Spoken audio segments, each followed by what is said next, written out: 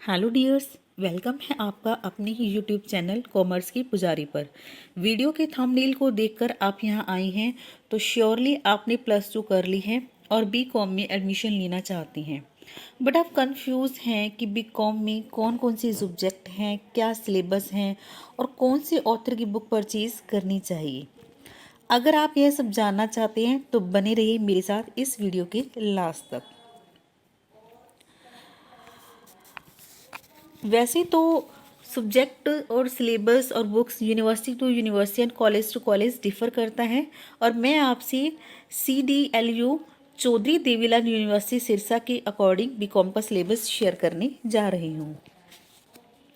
तो सबसे पहले हम बात करेंगे बीकॉम के फर्स्ट ईयर के फर्स्ट सेमेस्टर की।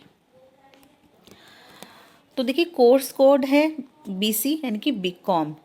सब्जेक्ट्स को हम कोर्स टाइटल बोलते हैं।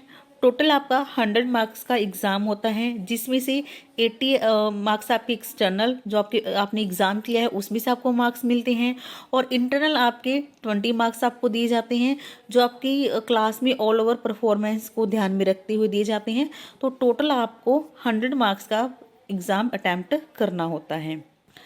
तो there are total 5 subjects in BCom one first semester. VC 1.1 English, VC 1.2 financial accounting, BC 1.3 business law, BC 1.4 micro economics and BC 1.5 business mathematics. तो चलिए हम आगे स्टार्ट करते हैं, 1 बाई 1 इस सब्जेक्ट के बारे में बात करते हैं। कौन सी बुक आपको परचेज करनी चाहिए और क्या क्या इनका सिलेबस है। तो मैं आपको कोर्स स्ट्रक्चर की बात करूं तो टोटल आपका जो सिलेबस होगा वो 3 यूनिट्स में डिवाइड किया गया होगा। तो इसमें आपको क्या करना है, 3 यूनिट में से एक एक क्वेश्चन अटैम्प्ट करना है, जो कि 15 मार्क्स का हो गया। It means 15 into 3 45। लेकिन आप 3 यूनिट में से किसी भी एक यूनिट में से 2 क्वेश्चन अटैम्प्ट कर सकते हैं। तो टोटल आपने 4 क्वेश्चन अटैम्प्ट करने हैं, तो आपके टोटल 60 मार्क्स की हो गई। और एक क्वेश्चन आपका कंपलसरी होता है और उस कंपलसरी क्वेश्चन में 5 क्वेश्चन होते हैं जो कि 4 मार्क्स के होते हैं। तो यहाँ से आपके 20 मार्क्स हो गई। 60 + 20 इज इक्वल टू 80 मार्क्स। सबसे पहले हम बात करते हैं BC 1.1 इंग्लिश की। तो इंग्लिश की बुक का कुछ ऐसा कवर पेज है। ओरिएंट ब्लैंक स्वान पब्लिशर की बुक है। लवलीन मोहन, रणदीप राणा एंड जयवीर S हुड्डा इसके एडिटर हैं। और ये कंटेंट है, इंडेक्स है इस बुक का। तो आप ये बुक परचेज कर सकते हैं। आप यहाँ अपनी बुक नोटबुक पे भी नोट कर सकते हैं और स्क्रीनशॉट लेकर आप बुक सेलर से बुक परचेज कर सकते हैं। उसके बाद हम बात करते हैं VC 1.2 फाइनेंशियल अकाउंटिंग की।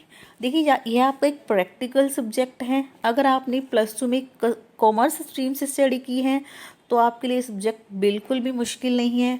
लेकिन अगर आपने +2 कॉमर्स स्ट्रीम को छोड़कर साइंस और आर्ट्स स्ट्रीम से की है तो डोंट वरी, इस सब्जेक्ट में बेसिक्स से ही स्टार्ट किया जाता है। आपके टीचर आपको बेसिक्स से स्टार्ट करते हैं और एक्स्ट्रा टाइम देकर होल कंटेंट कवर करवा देते हैं। अगर मैं बात करूं तो वैसे तो फाइनेंशियल अकाउंटिंग की बहुत सारी बुक्स हैं, अच्छे अच्छे पब्लिशर्स की बुक हैं, बहुत सारा कंटेंट आपको बहुत सारी बुक्स में मिल जाता है।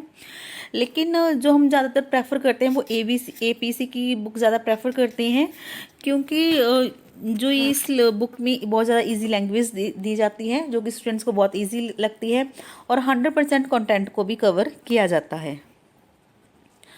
अब हम बात कर लेते हैं फाइनेंशियल अकाउंटिंग की सिलेबस की। जैसा कि मैं आपको पहले भी बता चुकी हूँ कि पूरे सिलेबस को 3 यूनिट्स में डिवाइड किया जाता है। Unit 1, unit 2 and unit 3। Unit 1 में क्या है, introduction, nature of financial accounting, scope, objects and limitations. फिर डेप्रिसिएशन काउंटिंग के बारे में है। फिर उसके बाद है conceptual framework for preparation and presentation of financial statement, capital revenue expenditure, deferred revenue expenditure और final accounting of sole proprietor. इस पूरे कंटेंट को यूनिट 1 में कवर किया गया है।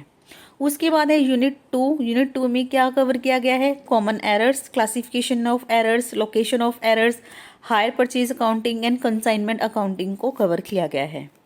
यूनिट 3 में है accounting for inland branches, branch accounting को और accounting for dissolution of partnership firm इस कंटेंट को कवर किया गया है। तो आप अपनी सिलेबस को नोटबुक पर भी कवर कर सकते हैं या फिर इस वीडियो में से स्क्रीनशॉट लेकर भी रख सकते हैं। तो ये पूरा सिलेबस है फाइनेंशियल अकाउंटिंग का।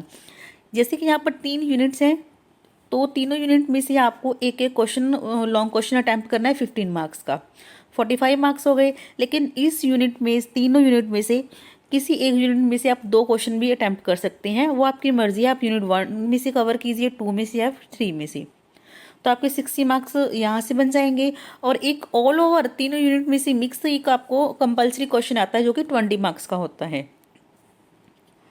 उसके बाद हम बात करते हैं BC 1.3 बिजनेस लॉ की। तो BK की बच्चे ज़्यादा, BK की बुक ज़्यादा प्रेफर की जाती है, बच्चे इस बुक को ज़्यादा खरीदते हैं क्योंकि आप जैसे इजी लैंग्वेज होती है इस बुक की भी। अगर सब्जेक्ट के सिलेबस की हम बात करें तो यूनिट 1 में है the Indian contract act, general principles of law of contract, contract का meaning, consignment contract, quasi contract के बारे में बताया गया है। यूनिट 2 में contract of indemnity and guarantee, contract of bailment and contract of agency contract को कवर किया गया है। यूनिट 3 में sale of goods act 1930 and LLP limited liability partnership act 2008 को कवर किया गया है। और ये आपका जो सब्जेक्ट है 100% थ्योरेटिकल सब्जेक्ट है। इसमें क्या बताया गया है कि आपके जो बिजनेस लॉ बने हैं वो कैसे बने हैं, उनकी क्या हिस्ट्री रही है, कैसे वो अप्लाई किए गए हैं, उन सब के बारे में बताया गया है। बहुत ही इजी सब्जेक्ट है। नेक्स्ट हम बात करते हैं BC 1.4 माइक्रो इकोनॉमिक्स की। ये सब्जेक्ट आपका 80% थ्योरेटिकल रहता है और 20% प्रैक्टिकल रहता है।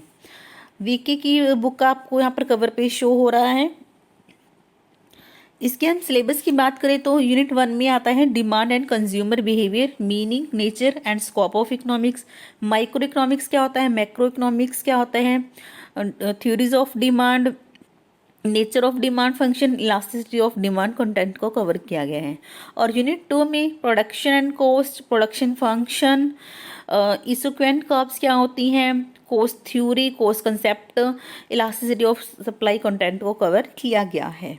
और यूनिट 3 में मार्केट्स को लिया गया है, मार्केट स्ट्रक्चर, जैसे कि परफेक्ट कंपटीशन है, मोनोपोली है, मोनोपोलिस्टिक कंपटीशन है। अगर आपके पास +1 +2 में इकोनॉमिक्स आपने सब्जेक्ट सेलेक्ट किया गया था, जैसे आपके पास ऑप्शन होता है इकोनॉमिक्स और मैथ्स में से, तो आपके लिए ये सब्जेक्ट बहुत ही इजी रहने वाला है। नेक्स्ट हम बात कर रहे हैं BC 1.5 बिजनेस मैथमेटिक्स की। तो ये है बिजनेस मैथमेटिक्स की एलिमेंट्स बुक का कवर है। और इसका सिलेबस देखते हैं। यूनिट 1 में मैट्रिक्स के बारे में बताया गया है, यूनिट 2 में डिफरेंशियल कैलकुलस के बारे में है, और यूनिट 3 में LPP और लीनियर प्रोग्रामिंग फॉर्मुलेशन को कवर किया गया है। आई होप आपको वीडियो अच्छी लगी होगी। अगर आपको वीडियो अच्छी लगी है तो चैनल को, इस वीडियो को लाइक कीजिए, शेयर कीजिए और चैनल को सब्सक्राइब कीजिए।